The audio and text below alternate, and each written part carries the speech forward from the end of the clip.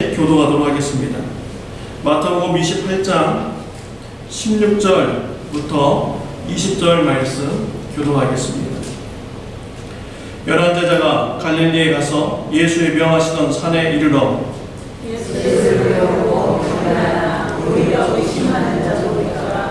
예수께서 나와 일러 가라사대 하늘과 땅의 모든 권세를 내게 주셨으니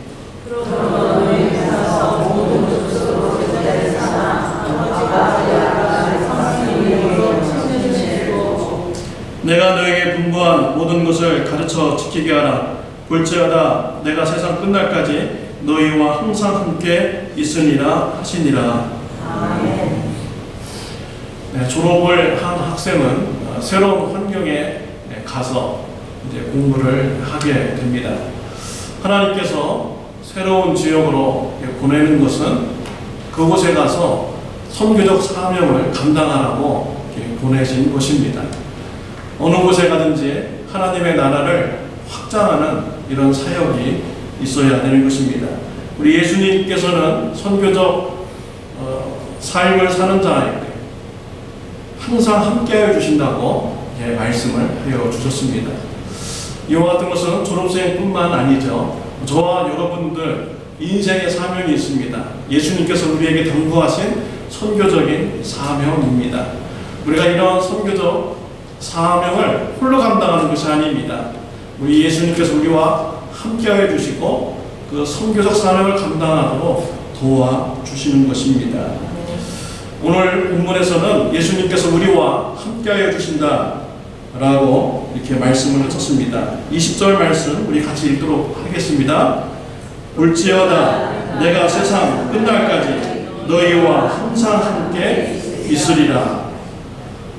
우리 예수님께서 세상 끝날까지 우리와 함께 하시면서 선교적 사명을 감당하신다고 말씀을 하셨습니다. 우리 예수님께서 우리와 어떻게 동행하여 주시는지 우리가 말씀을 통하여서 같이 나누는 시간을 갖도록 하겠습니다. 예수님께서 우리와 어떻게 동행하여 주십니까? 첫 번째로 성령님을 통해서 동행하여 주십니다. 예수님께서 우리와 동행한다고 했는데 우리의 눈으로는 예수님을 볼 수가 없습니다. 예수님이 어떻게 우리와 동행하여 주십니까? 요한복음 14장 26절 말씀 시작. 보혜사 곧 아버지께서 내 이름으로 보내신 성령 그가 너에게 모든 것을 가르치고 내가 너에게 말한 모든 것을 생각나게 하리라. 요한복음 15장 26절 말씀 내가 아버지께로부터 너에게 보낸 보혜사 또 아버지께로부터 나오시는 진리의 성령이 오실 때 그가 나를 증언하실 것이요. 요한일서 3장 24절 말씀 그의 계명을 지키는 자는 주 안에 거하고 주는 그의 안에 거하시나니 우리에게 주신 성령으로 말미암아 그가 우리 안에 거하시는 줄을 우리가 압니다. 성령님께서 우리 안에 임재해 계십니다. 예수님에 대해서 증언하여 주십니다. 예수님의 말씀에 대해서 생각나게 가르쳐 주십니다. 이런 성령님의 음성에 우리가 순종하면서 우리가 살아가게 되는데 성령님이 우리 안에 계시면 예수님도 우리 안에 계신 것이지요. 그래서 우리가 예수님과 동행하는 삶을 살아가게 되는 것입니다. 복음서에 보면은 제자들이 나옵니다. 어리석고 실수가 많은 이런 제자들의 모습이었습니다. 그러나 사도행전에서 보면은 똑같은 제자들인데 너무나도 다른 모습입니다. 선교적 사명을 잘 감당하는 이런 제자들의 모습이었습니다. 어떻게 이렇게 많은 변화가 있고 선교적 사명을 감당할 수 있었을까요? 제자들에게 성령님이 임하였기 때문입니다. 성령님께서 임하셔서 예수님과 함께해 주시고 예수님의 말씀을 가르쳐 주셨기 때문에 선교적 사명을 감당하는 제자들이 될 수가 있었던 것입니다. 사도행전 2장에 보면 성령님께서 임재하십니다. 외국어 방언이 막 터지기 시작했습니다. 오순절 명절에 세계 여러 나라 지역에서 있던 유대인들이 예루살렘에 모였습니다. 자기가 사는 지역의 언어로 기도 소리가 들리는 거예요. 깜짝 놀라게 됩니다. 또 더러는 술 취했다라고 조롱을 하였습니다. 근데 이 순간에 베드로가 갑자기 일어서서 왜 이런 현상이 일어났는지 구약 성경을 잘 인용하면서 그 예언의 말씀이 성취가 되었고,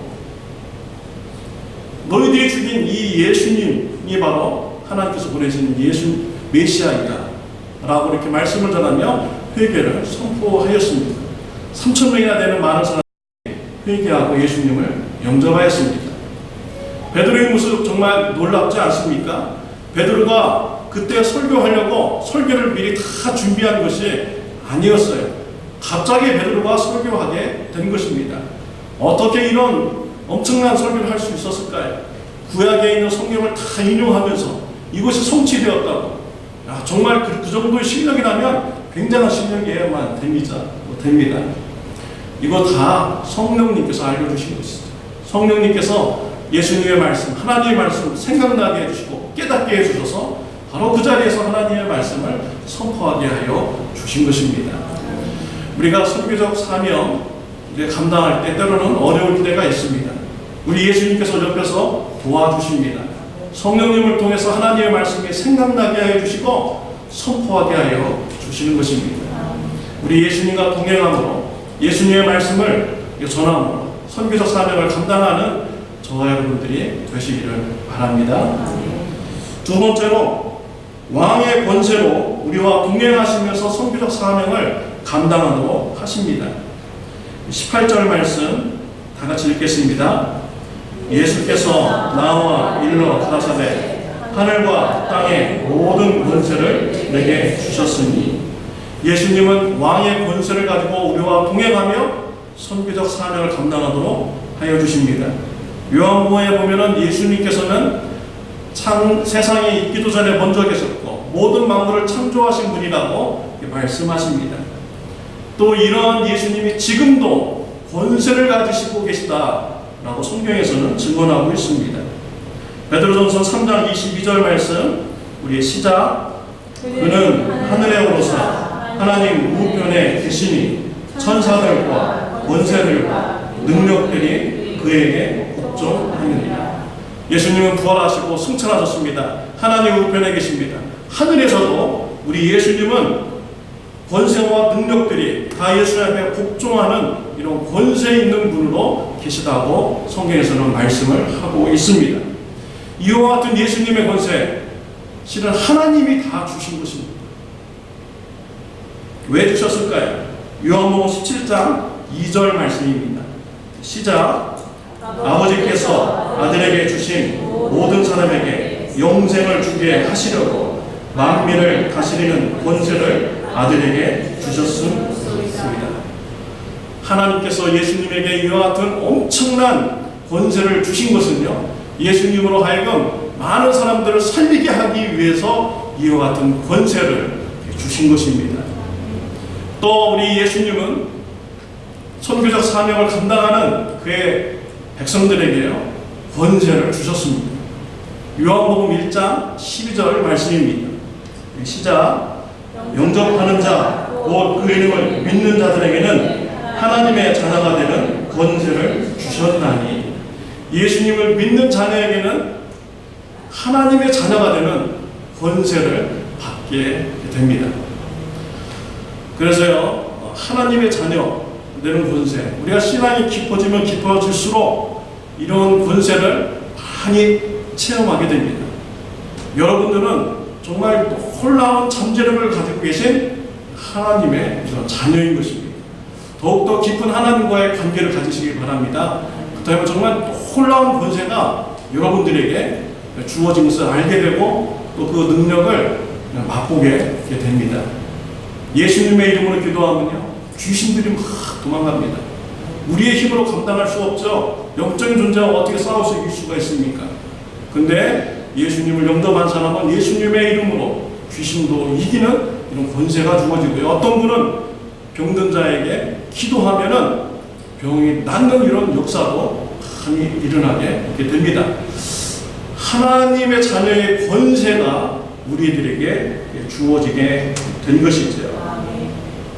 근데 이러한 권세를 왜 주셨습니까? 고린도후서 10장 8절 말씀 시작. 주께서 주신 권세를 너희를 무너뜨리려고 하신 것이 아니요 세우려고 하신 것이니 내가 이에 대하여 지나치게 자랑하여도 부끄럽지 아니하리라. 우리에게 이와 같은 권세를 주신 것은요, 생명을 살리게 하기 위해서, 성도님들을 세우게 하기 위해서 우리에게 권세를 주신 것입니다. 내게 갑자기 나타난 하나님의 능력, 하나님의 권세, 하나님의 은사, 나를 나타내기 위해서, 나를 자랑하기 위해서, 사람들을 내 속에 두기 위해서 것이 아니었어요. 다른 사람들을 살리기 위해서 하나님께서는 우리에게 권세를 주신 것입니다. 그래서 우리는요, 이러한 하나님의 권세를 받은 것을요, 우리가 잘 사용해야 되는 것입니다. 하나님이 계시다는 것을 우리가 알고 우리가 겸손하게 그 권세를 사용할 줄 알아야 되는 것입니다. 누가복음 12장 5절 말씀 우리 시작. 마땅히 두려워할 자를 내가 너에게 보이리니 또 죽인 후에 또한 지옥에 던져넣는 권세 있는 그를 두려워하라. 내가 참으로 너에게 이르노니 그를 두려워하라. 권세는 나로부터 나온 것이 아닙니다. 하나님부터 우리에게 주어진 것이지. 그래서 우리가 하나님 앞에 그 은사를 사용하는 것이고 권세를 사용하는 것입니다. 하나님 앞에 가서 결산할 날이 분명히 있는 것이지. 우리를 지옥에 던져놓을 수도 있고 하늘에 던져놓을 수도 있는 그 하나님을 우리가 두려워하면서 우리에게 주어진 권세를 통하여 이웃을 살리는 그 선교적 사명을 감당하는 저와 여러분들이 되시기를 바랍니다. 세 번째로 국률하심으로 동행하여 주십니다. 17절 말씀 시작. 예수를 배우고 경배하는 오히려 의심하는 자도 있더라. 예수님께서 십자가에서 죽으셨습니다. 하나님께서 부활시키셨습니다. 제자들에게 예수님께서 부활의 몸을 보여주셨습니다. 그런데 제자들이 예수님을 의심하는 이런 일이 있었던 것이지요. 부활하신 예수님이 있는데 그 예수님이 문 앞에 있는데 무슨 의심을 할까? 성경을 좀 찾아보았습니다. 누가복음 24장 37절 39절에 나옵니다. 우리 시작. 저희가 놀라고 무서워하여 그 보는 것을 영으로 생각하는지라. 예수께서 가라사대 어찌하여 두려워하며 어찌하여 마음에 의심이 일어나느냐. 내 손과 발을 보고 나인 줄 아느라. 또 나를 만져보라. 영은 살과 뼈가 없으되 너희 보는 바와 같이 나는 있느니라. 부활하신 예수님이 나타났는데 제자들 중에 의심하는 사람이 있었어요. 예수님의 영이 나타나서 지금 있는 것이다 라고 의심을 한 것입니다. 그래서 예수님은 그러한 의심 많은 제자들에게 와서 나를 만져보아라. 영은 살과 뼈가 없지만 육은 살과 뼈가 있으니 만져보고 믿는 자가 되라 라고 예수님께서 말씀을 하신 것입니다. 또 요한복음 20장에 보면 의심하는 제자가 또 있었습니다. 같이 읽겠습니다. 요한복음 20장 27절 28절 말씀 시작. 도마에게 이르시되 내 손가락을 이리 내밀어 내 손을 보고 내 손을 내밀어 내 옆구리에 넣어오라. 그리하고 믿음 없는 자가 되지 말고 믿는 자가 되라. 도마가 대답하여 가로되 나의 주시며 나의 하나님이시니이다. 부활하신 예수님께서 제자들에게 보여주셨는데 그때마다 도마가 그 자리에 없었던 거예요. 제자들이 예수님이 부활하셨다고 하니까 도마가는 말이 내가 눈으로 직접 보고 내 손으로 손의 못자국과 옆구리의 창자국을 만져보지 않는 한은 내가 믿지 못하겠다 라고 이렇게 의심하였습니다. 이런 도마에게 예수님이 나타나셨어요. 네 손을 내밀어서 내 손의 못자국을 만져보고 내 옆구리에 창자국에 넣어보라. 그리고 믿는 자가 되라 라고 예수님은 제자들에게 말씀을 하셨습니다. 의심 많은 제자 우리 예수님께서 정말 긍휼히 여겨주신 거예요. 그 마음의 의심을 확 풀어주면서 정말 제자로 이렇게 성장시키려는 이런 예수님의 마음이 이렇게 보인 것이죠. 의심 많은 제자 예수님이 필요할까요? 필요 없을까요? 의심 많은 제자 예수님 필요 없을 수도 있어요. 그렇게 의심 많고 그런 사람 없어도 됩니다. 왜냐하면 예수님께서 다른 제자를 통해서도 하나님의 나라를 충분히 확장시킬 수 있는 분이십니다. 그런데 그 의심 많은 제자들과 예수님은 함께 하셨어요. 그 의심 많은 것을 확 풀어주시려고 노력하셨어요. 예수님이 긍휼의 마음을 가지고 제자들을 대하는 것을 볼 수가 있는 것입니다. 예수님의 제자들을 보십시오. 예수님께서 제자들이 훌륭하고 능력이 있어서 그 제자들을 웃고 그들과 함께한 것이 아닙니다. 베드로를 보십시오. 얼마나 다혈질입니까? 얼마나 성격이 급합니까? 큰 문제를 일으키잖아요. 요한과 야고 시기 질투심이 많고 높아지려고 막 싸우는 사람이 바로 요한과 야고입니다. 마태를 보십시오. 민족의 배신자입니다. 소외된 자죠. 세리입니다. 세리. 텍스 컬렉터입니다. 부족한 것이 너무나 많아요. 근데 예수님은 그 부족한 그 제자들과 함께 하셨습니다. 그리고 그들을 실수해도 성장시키시고 참으시고 이러한 긍휼의 사역을 우리 예수님께서 하신 것입니다. 우리 예수님께서는요, 이와 같이 긍휼의 마음을 가지신 이런 분이신 것입니다. 저와 여러분들도 이런 예수님의 긍휼의 마음 때문에 지금까지 우리가 신앙생활을 하게 된 것입니다. 저와 여러분들이 어떻게 예수님의 제자가 되었습니까? 능력이 있어서요? 뛰어나서? 우리가 잘나서 예수님의 제자가 된 것이 아닙니다. 예수님의 긍휼의 마음 때문인 것이죠. 부족해도 버리지 않고 함께해 주시고 성장할 때까지 기다려 주시는 이런 예수님, 그 긍휼의 마음이 있었기 때문에 저와 여러분들이 예수님의 제자가 되고 또 지금까지 성장해 나가는 이런 것입니다. 우리가 이런 예수님부터 긍휼 받은 자로서 우리들도 당연히 우리 이웃들에게 긍휼의 마음으로 우리가 대해야 되는 것입니다. 유다서 1장 22절 말씀 우리 같이 읽겠습니다. 시작. 어떤 의심하는 자들을 긍휼히 여기라. 초대교회 안에 거짓 교사가 들어왔어요. 거짓 교사가 들어와서 사람들의 마음을 혼란하게 하고요, 믿음을 흔들리게 하였습니다. 어떤 성도에게는 믿음이 들게 할 정도로 큰 시험거리가 되었어요. 그런데 성령님께서는 그 의심하는 자들을 긍휼히 여기라 라고 이렇게 말씀을 하셨습니다. 우리 긍휼 받은 자로서 우리 주위에 보면은 우리가 잠시 마음이 흔들리고 믿음이 흔들리는 이런 성도님들이 있습니까? 그분들을 긍휼한 마음으로 대하시기를 바랍니다.